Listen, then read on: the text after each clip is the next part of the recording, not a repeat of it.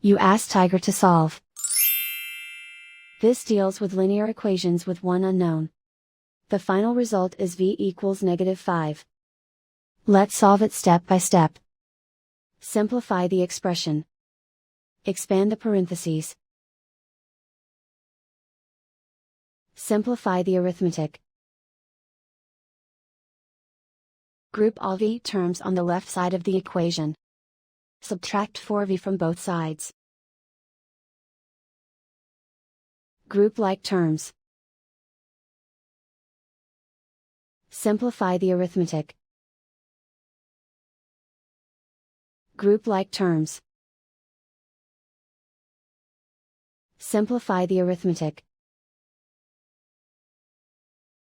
Group all constants on the right side of the equation. Add 6 to both sides.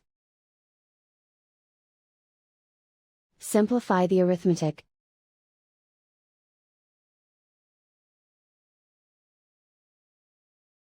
Isolate the v. Divide both sides by 2. Simplify the fraction. Find the greatest common factor of the numerator and denominator. Factor out and cancel the greatest common factor. And so the final result is v equals -5.